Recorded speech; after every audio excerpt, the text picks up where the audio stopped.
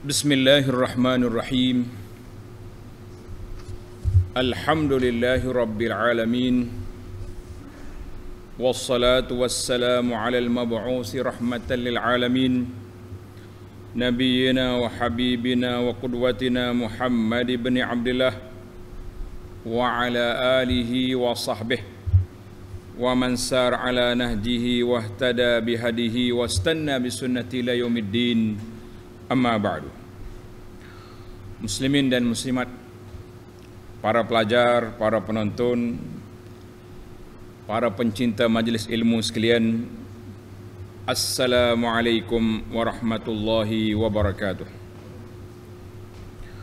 Alhamdulillah, kita panjatkan kesyukuran kepada Allah Azza wa Jalla kerana pada hari ini, berapa hari bulan hari ini? 5 hari bulan 1.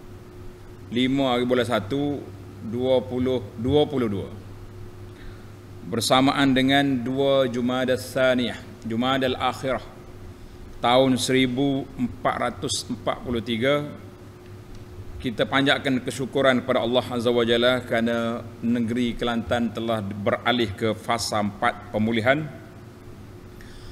dan maka dengan ini kita juga diberi keizinan untuk meneruskan pengajian majlis ilmu di masjid-masjid, di surau-surau, di balasah-balasah secara alam nyata, bukan sekadar di alam maya. Jadi alhamdulillah, kuliah pertama kita setelah berkurung selama 7 bulan ataupun lebih, iaitulah kuliah kita pada kali ini, kitab Fathul Mu'in.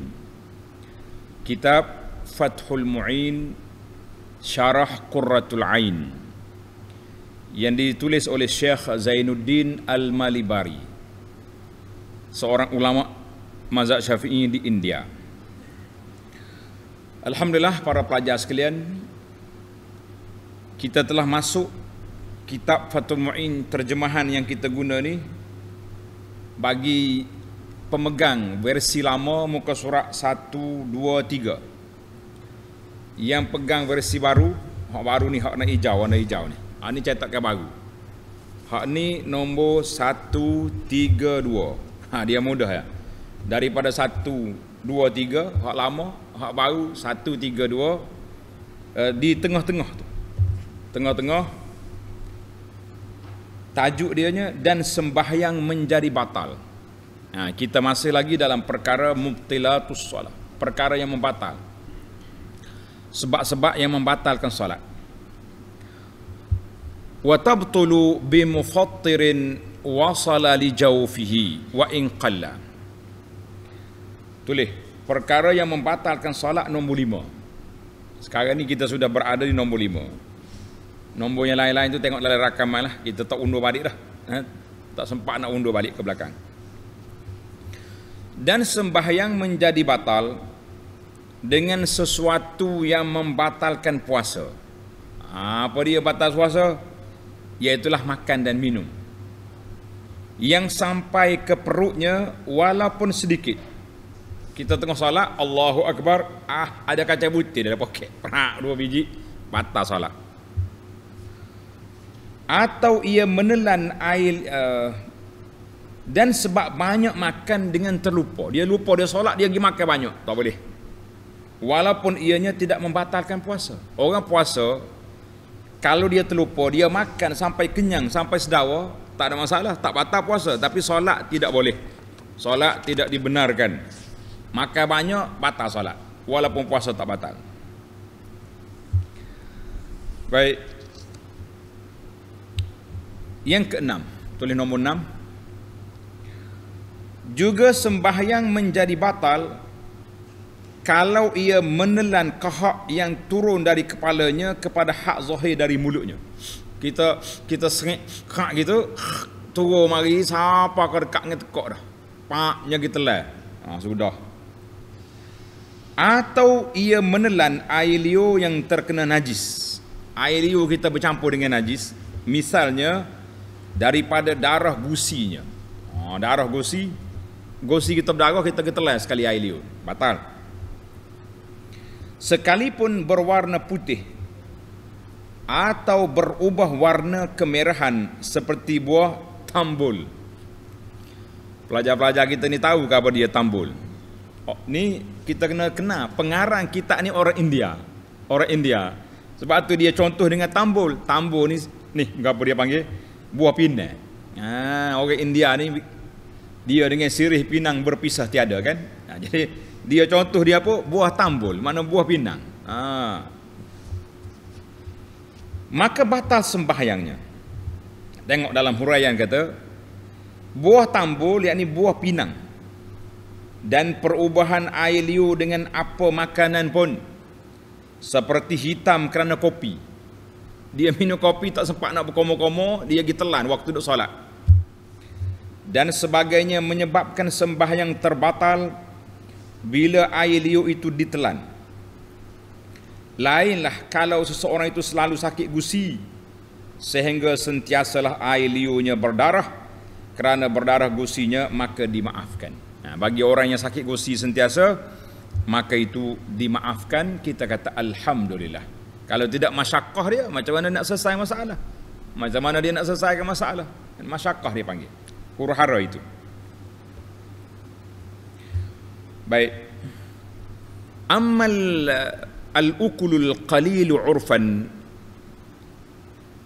adapun sedikit makanan sedikit pada uruf, sedikit sangat, dan tidaklah dikaitkan dengan biji lenga, dia panggil simsimah, wala yataqayyad.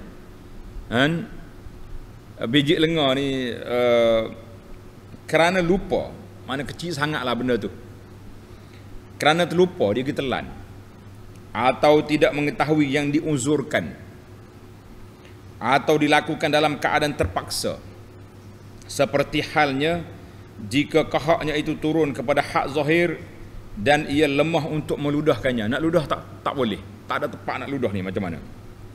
Ataupun kerana air liurnya mengalir bersama-sama makanan ke celah-celah giginya. Tengah kita duk baca, keluar makanan nak celah gigi, tup, masuk dalam mulut, dalam tengkok. Atau ia lemah daripada menyaringnya dan meludahkannya keluar, maka itu tidak memudaratkan kerana uzur, yakni tidak batal sembahyang. Apa dia kesimpulan kita para pelajar sekalian? Maknanya kita tengah duduk solat, tiba-tiba keluar apa sayur ke ayam hok lekat celah gigi tu dah. Kita tengah duduk sudah waladhdallin, pok keluar, kita telan air liur tu masuk sekali, itu tidak batal. Itu termasuk dalam perkara masyakkah dan dimaafkan. Alhamdulillah. Kalau tidak payah kita ni, nak pergi ludah macam mana kita tengah solat. Baik. Kita pergi pula kepada perkara yang ketujuh, letak nombor 7.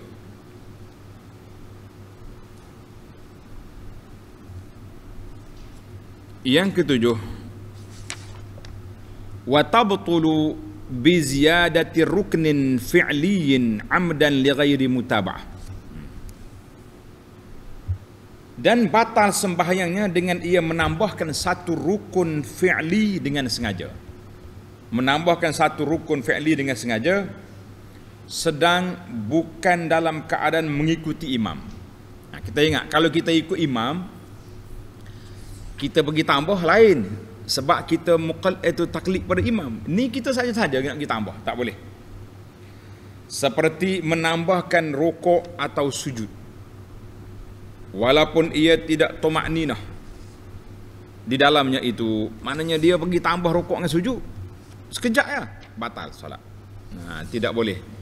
Kenapa mau tambah perkara yang tidak diizinkan oleh syarak? Jadi tak boleh kita tambah perkara yang tidak dibenarkan.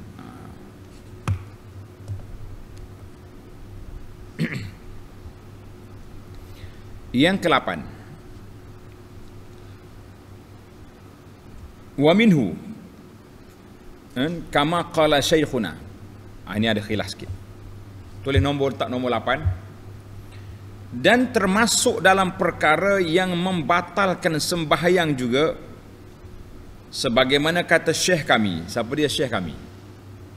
Para pelajar, bila kamu tengok Malibari kata syekh kami, maka itu maksud dia Ibnu Hajar Al-Haytami. Ibnu Hajar Al-Haytami pengarang kitab Tuhfatul Muhtaj, Az-Zawajir dan lain-lain kitab.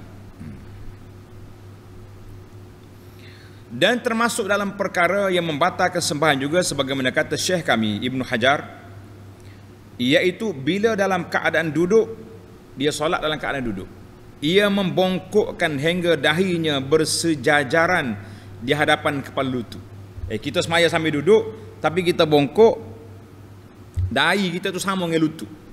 Sebab orang solat sambil duduk, dia rokok pun setakat tu juga. Jadi macam dia ni dah rokok dah, maka tak boleh. Walaupun itu dilakukan bagi menghasilkan duduk tawarruk. Duduk tawarruk ni duduk atas punggung. Sebelum kita kan duduk tahiyat akhir, dia dipanggil duduk tawarruk. Atau duduk iftirash, duduk tahiyat awal. Duduk antara dua sujud, itu dipanggil duduk iftirash.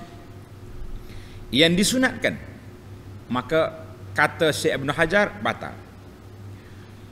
Demikian itu kerana melakukan perbuatan yang membatalkan sembahyang yang tidak diampuni demi bagi melakukan perbuatan yang sunat.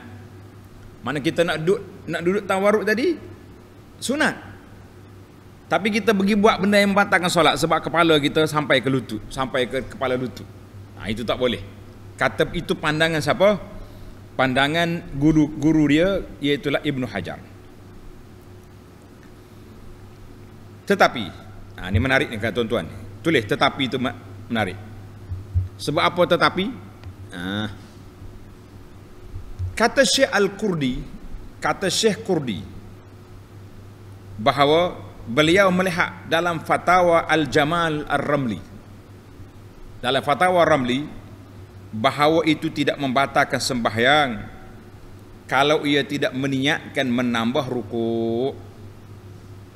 Mana kesimpulan kitanya tak batal lah, alhamdulillah. Sebab orang yang solat duduk ni orang masyakkah. Kadang-kadang lutut dia tak boleh nak rapat, dia punya giabok dia sudah bermasalah kan. Jadi dia duduk pun, solat pun dalam keadaan masyakkah. Jadi kalau kita nak keraskan hukum, sukar. Mungkin dia boleh duduk nyongik gitu. Kita yang melalui pengalaman sakit lutut ni sangat relevan lah pandangan Syekh Qurdi ni, Jamal Ramli. Sebab kita duduk macam-macam. Yang pentingnya ada boleh duduk dengan suasana yang sakit itu. Jadi alhamdulillah. Sesah kita, maknanya orang solat duduk walaupun duduk gitu, Ibn Hajar kata tak boleh, tapi Syekh dalam Al-Ramli kata boleh. Tuan-tuan para pelajar sekalian, talabatul ilm, kita kena ingat di antara Syekh Ibn Hajar dengan Ramli dalam kitab fiqh memang tidak aman. Dia tak balah tapi tidak aman. Maksudnya kalau Ibn Hajar kata tak boleh, Ramli kata boleh. Tapi tak ada pula ulama-ulama tuan guru kita mencela dua imam ni, tidak ada. Sebab waktu tu orang berfikiran terbuka. Tidak ada ketaksuban. Mana berfikiran terbuka, matang kita panggil. Cakap baik-baik. Tapi mari zaman kita jangan khilaf sikit, catuk atas kepala lalu kena. Nah, apa dia ni baca?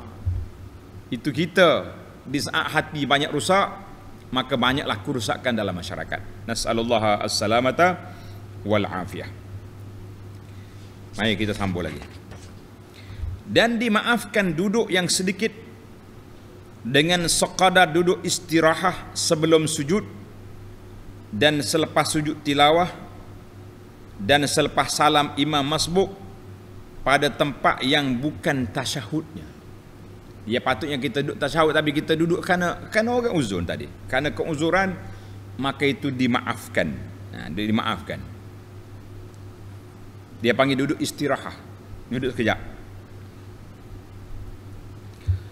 Adapun berlakunya tambahan dalam terlupa. Kita ni dalam perkara tambahan dalam terlupa, macam mana pula kita nak kira?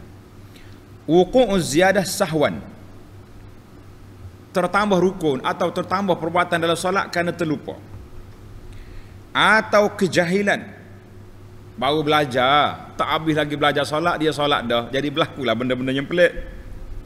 yang diuzurkan baginya, maka itu tidak memudaratkan, mana tidak membatalkan solat. Seperti menambahkan sunat, seperti mengangkat kedua belah tangan bukan pada tempatnya. Bukan pada tempatnya. Kita berapa tempat kita kena angkat tangan? Waktu takbiratul ihram, waktu nak rukuk, i'tidal, dan bangun daripada tasyahud awal. Itu sunat. Tapi kalau orang ni angkat semua, macam mana nak buat? Setiap kali bangun angkat tangan, batal ke tak batal? Dia kata tidak batal. Atau menambahkan rukun qauli seperti Al-Fatihah, pergi baca 2 kali. Atau rukun fi'li bagi yang mengikut imam, seperti ia rukuk atau sujud sebelum imamnya. Orang ni solat jauh, dia khayal sikit, bunyi Allah, imam baca ayat Quran, Allahu la ilaha illallah, dia bunyi Allah tu kat perau, sujudlah, rukuklah dia. Berlaku lagu ni main dengan orang khayal ni macam aja jadi kan. Imam baru nak baca ayat, dia bunyi Allah tu kat perau, rukuk. Apa jadi orang ni? Kemudian dia kembali kepadanya. Bila dia rukuk, tengok orang sebelah tak ada apa-apa, dia bangun pula. Yakni kemudian ia kembali kepada imamnya. Kemudian ia rukuk sebelum imamnya pula, maka itu tidak membatalkan sebab dia kembali kepada paksi imam dia. Kita kata alhamdulillah. Ini pentingnya para jemaah sekalian. Mustahaknya kita di zaman kekhayalan yang banyak ini, kita solat berjamaah. Sebab apa? Sebab tengok, kesalahan ini ditanggung oleh imam. Tak batal solat kawan tu. Tapi kalau solat seorang jadi kejar tu. Allahu Akbar. Ada jemaah tanya soalan. Dia kata, kalaulah kita tak buat kesalahan apa-apa, tiba-tiba imam sujud sahwi. Menarik kan soalan? Adakah kita kena sujud? Ya, kita kena sujud. Sebab kita sekarang di belakang imam. Tengok ni, waktu kita salah, imam tanggung tak tanggung? Imam tanggung kesalahan kita. Waktu dia salah, no, saya tak salah, kenapa saya nak sujud sahwi? Biar imam je? Tak. Kita kena ada kebersamaan dalam masalah tanggung menanggung. Imam salah, kita tumpan sama salah. Kita salah, imam tanggung kita. Masya Allah. Tapi dia tak sujud sahwi bagi pihak kita. Dia tak tahu kita buat salah belakang dia tu. Mana imam tahu? Jangan kita anggap saya tak salah, ataupun imam tersalah pada rakaat yang kedua. Kita baru masuk masjid, kita nampak imam tu salah. Kita rakaat yang ketiga baru ikut imam. Sudah pasti imam tu akan sujud sahwi. Betul tak? Adakah kita kena ikut? Naam, kita kena ikut juga dia. Walaupun kita ikut imam. Itu dia punya kaedah. Kita dah bahas dulu dalam bab sujud sahwi dalam siri yang dulu. Baik. Mari kita masuk kepada yang ke-9. Wa tabtulu bi'tiqadin aw dhannin fardin muayyan min furudiha naflan. Dan sembahyang menjadi batal dengan ia beriktikad. Iktikad tu dia percaya, atau ia berat sangka. Dia panggil berat sangka, kuat dia punya sangkaan dia. Zon, perkara fardu yang tertentu daripada fardu sembahyang itu sebagai perkara sunat. Apa dia yang kita kata fardu? Rokok fardu. Dia kata sunat ya tu, batal salat dia. Kenapa dia nak turunkan derajat yang fardu jadi sunat? Tak boleh. Kenapa batal? Lish? Tengok dalam kitab ni kata, li tala'u bihi, kerana ia bermain-main dengan hukum berkenaan dengan salat. Hak rukun awak jadi sunat, tak boleh. Dan tidak batal sembahyang bila orang awam, orang kampung yang tak sempat belajar, beriktikad bahawa satu amalan sunat daripada perbuatan sembahyang itu adalah wajib. Dia pergi naik upgrade hak sunat jadi wajib, tak batal. Atau orang awam itu mengetahui bahawa di dalam sembahyang itu ada yang fardu dan ada yang sunat. Ini lebih selamat. Tuan-tuan dan puan-puan, ambil cara ni lebih selamat. Kalau orang tanya dia, muhmaya ni, mana fardu, mana sunat? Ada fardu, ada sunat. Cakap macam tu. Walha dia tidak boleh membezakan antara keduanya. Yakni antara yang wajib dan yang sunat itu dia tak boleh beza.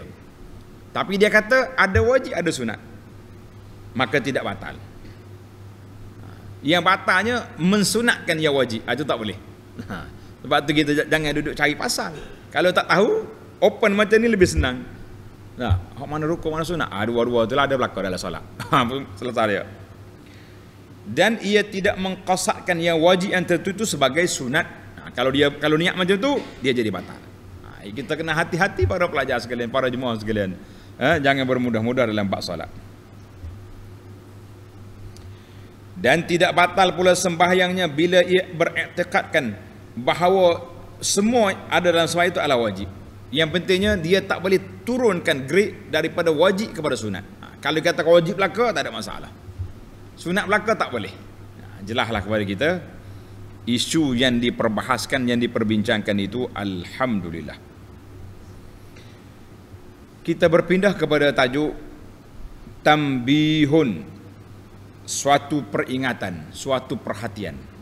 Tuan Syekh kita dia nak pindah ke satu tajuk, dia panggil sub tajuk. Masih dalam ni juga, dalam perkara batal tapi tajuk lain sikit. Tambihun, wa minal mubtili aidan hadasun walau bila qasdin. Tulis yang ke-10. Perkara yang membatalkan solat yang ke-10, termasuk daripada perkara yang membatalkan sembahyang ialah berhadas walaupun tanpa qasad. Kita tak niat tapi pun bunyi, batal solat dia, bangunlah keluar walaupun tak bang, tak payah duk bang-bang, dah bagi bunyi dah saat ni kan. Juga berhubung dengan najis yang tidak dimaafkan. Contohnya kita duk solat, mari jatuh najis atas kepala. Gapo benda ni? Hoi, busuk bangga ni. Batal. Melainkan ada kecuali. Kita kata ada kecuali illa in dafa'ahu halan. Kecuali melainkan kalau ia membuang najis itu dengan segera. Jatuh ya kita buang lalu. Boleh ke tak boleh? Tengok kalau benda lembek ya, berdana atas ni nak buang macam mana? Tengok keadaan lah. Kalau mampu buang, selamat. Contoh jatuh atas kain sebai kita ni. Hoi, busuk bangan, ambil kain ni campur. Boleh? Jadi dia panggil masih lagi selamat. Alhamdulillah. Dan terbuka aurat. Masya Allah. Kita pakai kain ke, tiba-tiba mari angin, akak naik. Tengah terakak kain kita ni, nampak sampai ke paha. Kita pun tarik kain turun cepat-cepat. Boleh. Orang perempuan contohnya terpijak, dia nak bangun tu kain telekong dia tarik, kan? Kain telekong dia ni. Orang Kelantan kata anak kano dia tarik, cepat dia betulkan. Masih lagi boleh. Dimaafkan. Alhamdulillah. Melainkan yang tidak membatalkan sembahyang ialah bila auratnya itu dibuka oleh angin, maka ia dengan segera menutupnya tidak batal. Maknanya kalau kita jatuh kain cepat-cepat ambil, boleh lagi lah. Baik. Yang ke-11. Dan sembahyang menjadi batal juga dengan ia meninggalkan suatu rukun dengan sengaja. Dia tak rokok, dia panggil shortcut. Dari selesai daripada baca Fatihah tu perau turun sujud lalu. Boleh ke tak? Tak. Dan ia syak. Mana satu perkara yang batal kan, ni banyak dalam ni, dia buat satu-satu. Atau dia syak. Adakah dia niat dalam takbiratul ihram ataupun tidak? Masuk takbiratul ihram tadi aku niat ke tak? Kau pakai akak takbir Allahu Akbar tak ada niat. Solat zuhur ke maghrib isya tak tahu. Kan?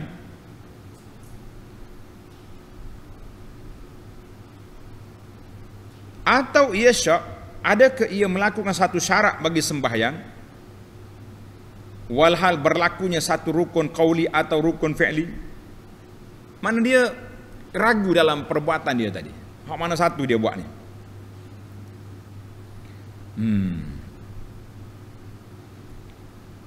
Dia maknanya syarat kita nak sembahyang ni ada wudu, menghadap kiblat kan, atau aurat, adakah berlaku benda tu atau tidak? Dia kata syartin laha ma'amudi ruknin qawli au fi'li. Setelah berlaku walhal berlakunya mana setelah berlalunya satu rukun qawli atau rukun fi'li, baru dia teringat tadi, atau dengan lama masanya. Dan juga setengah daripada rukun qawli seperti satu kalimah berserta dengan lama zaman syaknya. Dia tak tahu dia tinggal hak mana ni, duduk mikir aku ni. Atau berserta dengan tidak lama masanya, tidak dikirakan apa yang dibaca dalamnya, yakni ia syak tentang adakah dia tidak berniat atau tidak takbiratul ihram, atau ia syak ia tidak melakukan suatu syarat daripada niat itu, seperti qasad, ta'arud, ta'ayun tadilah. Dia panggil syarat niat. Kita kena niat qasad, saja aku semaya. Fardu, zuhur, itu dia panggil ta'arud, ta'ayun. Okay? Kita belajar dalam kitab Musalli dulu kan, dia punya komponen niat tu ada situ. Dia kata dia buat kedak ni, apakah Allah Akbar tahu apa ni? Sudah. Baraha telah berlalu satu rukun qauli seperti Al-Fatihah, maka batal sembahyang dia. Sebab dia undur balik ke niat dia tak betul. Atau lalu satu rukun fi'li seperti i'tidal, maka batal. Kalau tidak maka tidak batal. Atau sudah lalu rukun qauli atau setengah rukun qauli seperti satu kalimah berserta dengan lama masa syak, maka batal. Atau masa syak tidak lama dan tidak dikira apa yang dibaca dalam masa itu, maka batal juga. Kita kata orang ni dia sok banyak pelik-pelik ni. Dia baca ke tidak, dia tinggal aku ni baca Fatihah ke tidak, sediakan dia pergi kepada rokok dah. Maka orang-orang macam ni dia kena undur balik. Kalau dia kata dia syak juga, kita cancelkan rakaat yang dia syak tu, lain daripada takbiratul ihram. Kalau takbiratul ihram dia syak, tak jadi, sebab dia masuk solat ke tidak. Maknanya kalau naik kereta buka suih ke tidak lagi ni, kita kereta berjalan ke tidak. Jadi itulah dia punya perbincangan. Baik, kita berpindah kepada tajuk lain pula. Far'un, cawangan, cabang perbincangan. Lau akhbarahu adlu riwayatin. Kalau seorang yang diberitahu oleh seorang yang riwayatnya adil, mana orang hok cerita kepada ni orang betul, orang benar, bukan jenis kaki gurau, kaki kelentung tak, bahawa ia terkena najis. Saudara, tadi waktu awak solat tadi najis jatuh atas belakang awak, iya kok? Atau terbuka aurat yang membatalkan sembahyang. Waktu awak solat tadi angin mari terakak dia punya kain sarung tu bro sampai ke punggung, nampak habis. Dia tak pakai seluar dalam, amannya buat. Maka wajib ia menerima berita itu dengan percaya, sebab orang yang beritahu tu orang yang dipercayai, orang adil, makna orang jujur. Tidak pasal jenis kaki kelentung, kaki main kawan, jangan. Atau tentang terjadinya percakapan yang membatalkan sembahyang, maka dia tidak wajib mempercayainya. Saudara, waktu solat ni awak cakap tak? Tak. Sebab kita tahu kita cakap daripada mulut kita. Kan? Sebab hak aurat tadi kita tak nampak, boleh jadi angin akak waktu kita tengah duduk sujud, tengah rokok, mai ikut belakang kita tak nampak. Tapi dia kata mu bercakap dia. Aku bukannya khayal, bukannya orang panggil tak khabar sampai tak tahu aku bercakap ke tidak. Maka itu tak perlu kita percaya kepada cakapan orang itu. Tak perlu kita percaya. Perbezaan antara adil riwayat di sini ialah dengan adil kesaksian ialah yang pertama termasuk hamba dan perempuan, dan yang kedua khas bagi laki-laki merdeka. Itu perbahasan sikitlah para ulama. Baik, sekarang ni kita masuk kepada perbincangan tentang mengulangi solat, boleh ke tidak? Bilakah kita diminta supaya ulang balik sembahyang? Tulis tajuk dia, mengulangi balik solat. Dia panggil i'adah ataupun mencari kesempurnaan.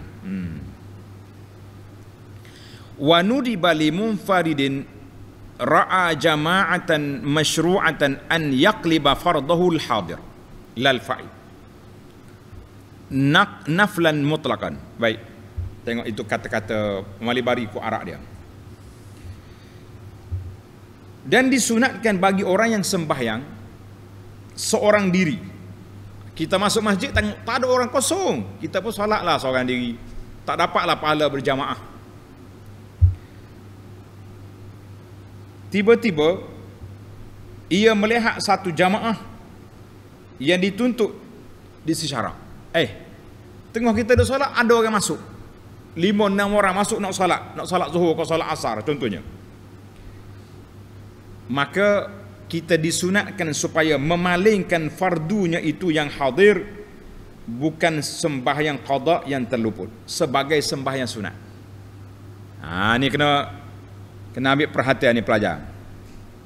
Kita duk solat zuhur 2 rakaat, tiba-tiba orang masuk nak solat jemaah, maka sunat kita tukar niat kita daripada solat zuhur seorang tadi kepada solat sunat. Jadikan dia solat sunat tahiyatul masjid atau solat sunat qabliyah zuhur. Tukar sunat menjadi sembahyang dipanggil sebagai sembahyang sunat yang mutlak.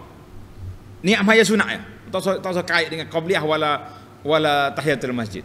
Dia kata maaf tadi kan, dia kata naflan mutlaqan, niat solat sunat mutlak. Aku jadikan solat aku ni zuhur ni jadi solat sunat. Change, tukar, transfer niat. Boleh? Jawabnya boleh.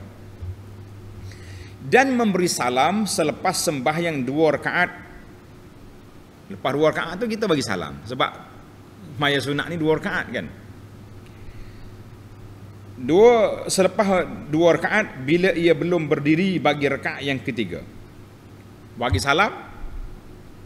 Kemudian hendaklah ia masuk bersama ke dalam jemaah itu. Dia kita bagi salam hak kita semaya seorang ni, kita pergi ikut jemaah hak baru masuk tadi. Itu pentingnya solat jemaah kerana mencari kesempurnaan.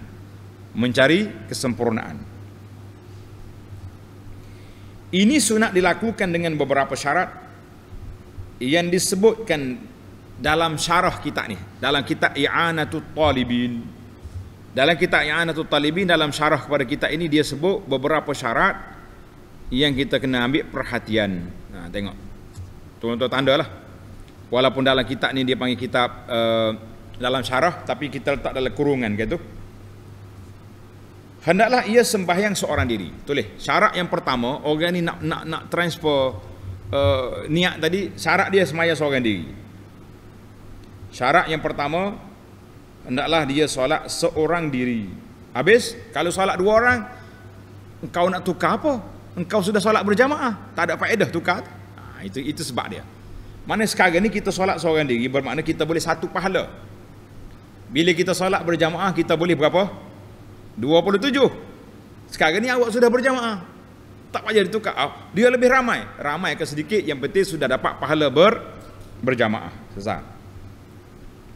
Yang kedua, syarat yang kedua, hendaklah ia melihat adanya jemaah yang ia boleh bersama mereka. Jemaah ni kita boleh ikut dia, sebab kita dengar dia cakap bahawa dia ni, kita nak solat zuhur ni, dia pun bukan orang musafir kan, solat zuhur, jadi boleh kita ikut dia. Kalau tidak, haram kita pergi batalkan solat kita tanpa sebab. Syarat yang ketiga, jamaah itu masyru'ah, yakni dituntut. Jadi jemaah tu jemaah yang dituntut, bukan mari jemaah pelak-pelak, jangan. Kalau seperti ia dalam sembahyang zuhur, kemudian ada yang sembahyang asar, maka tidak boleh mengubah niat. Jadi dia niat dah, jemaah ni jemaah yang dituntut, mana dia nak solat zuhur. Syarat yang keempat, hendaklah imam itu tidak makruh kita mengikutinya.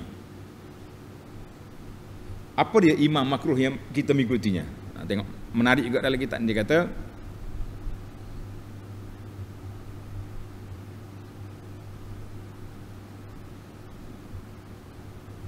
Oh, baik, kita jelas nombor 3 tadi.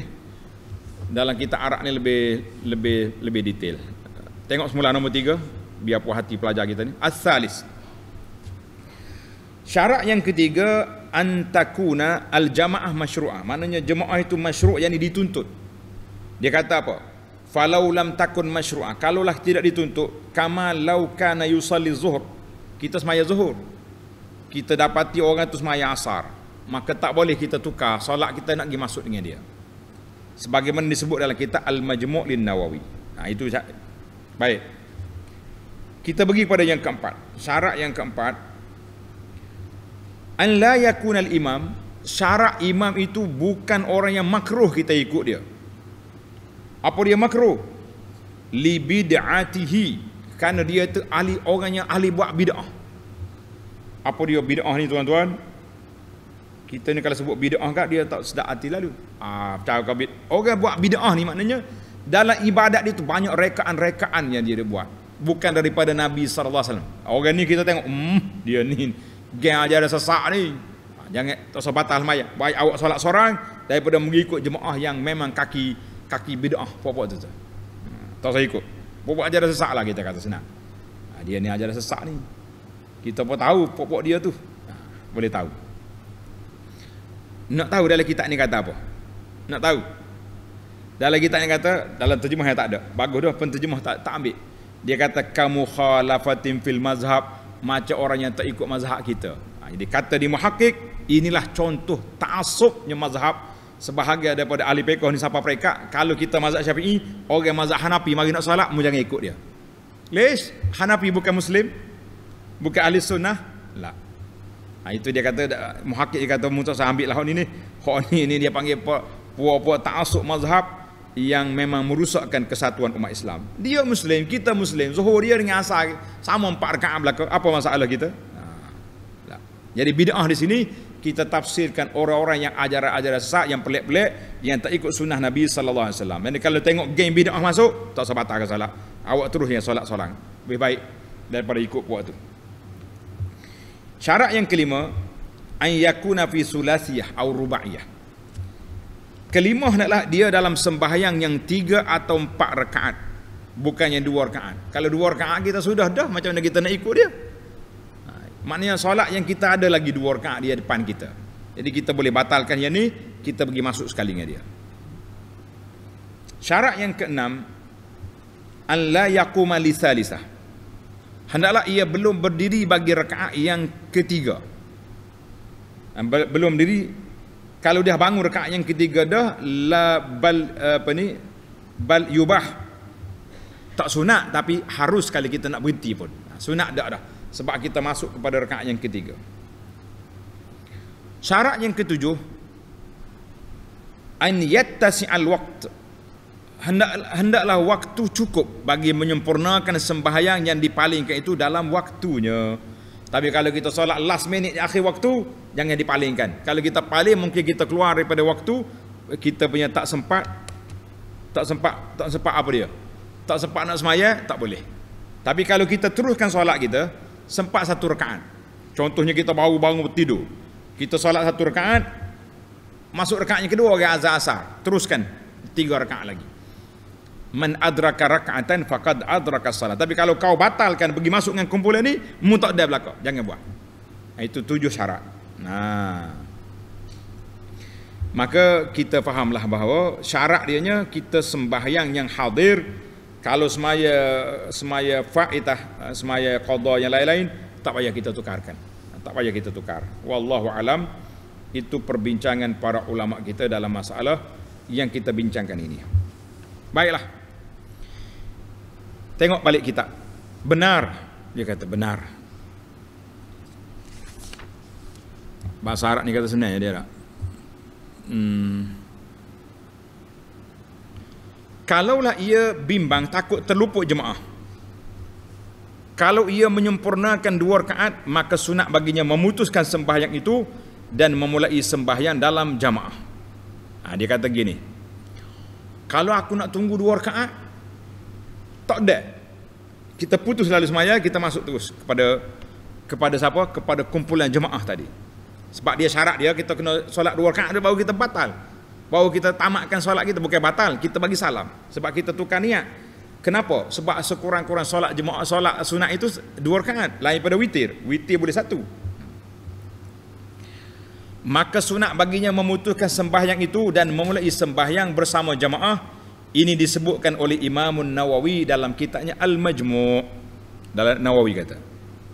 Wa bahasal Bulqini rahimahullah, katanya bahawa ia boleh salam walaupun selepas melakukan sembahyang 1 rakaat. Boleh je bagi salam juga. Pasal witir boleh 1 rakaat. Khilaf ulama ni tuan-tuan, kalau kita belajar lagi luas kita punya pandangan. Bukan celaru, lagi luas. Kalau tak belajar lagi sempit dan mudah nak balas dengan orang. Inilah dia. Baik. Bulqini kata apa? Boleh salam walaupun selepas melakukan sembahyang 1 rakaat. Kalau mengikut kaul ini, kaul Bulqini ini, maka tidak terkenalah syarat sembahyang itu mesti yang 3, yang keempat. Mana kalau bila-bila pun boleh je kita bagi salam dan kita ikut imam. Alhamdulillah.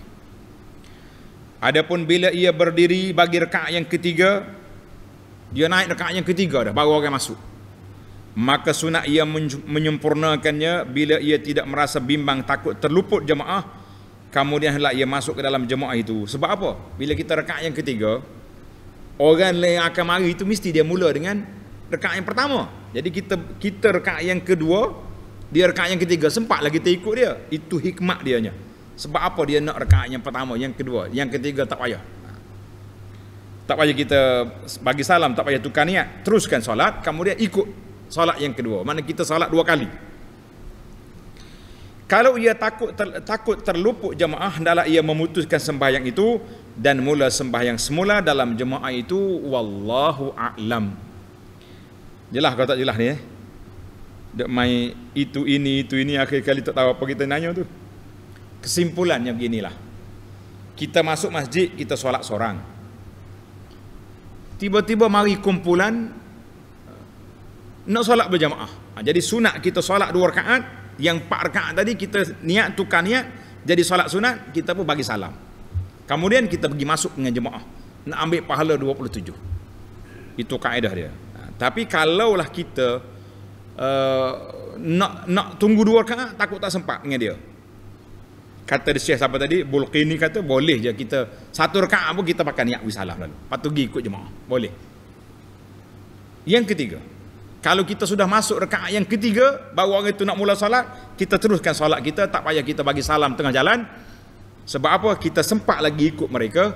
Setelah kita solat 4 rakaat, kita masuk dengan dia, mungkin kita masuk mereka di rakaat yang ketiga.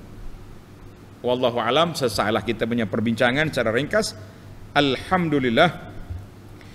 Pentingnya solat berjamaah sampai begitu sekali para ulama membahaskan tajuk ini. InsyaAllah kita sambung dalam siri yang akan datang. Faslun fil azani wal iqamah. Fasal pada menyatakan azan dan iqamat. Pelajar-pelajar kita mari ni, kita suruh dia best sekali dah. Lepas belajar azan ni kita best. Tak kira lah pelajar lama ke pelajar baru, pelajar tua, pelajar muda, kena main azan belakang ni. Dia main badi tolak spekar kau kan nyanyi gini ni, kan?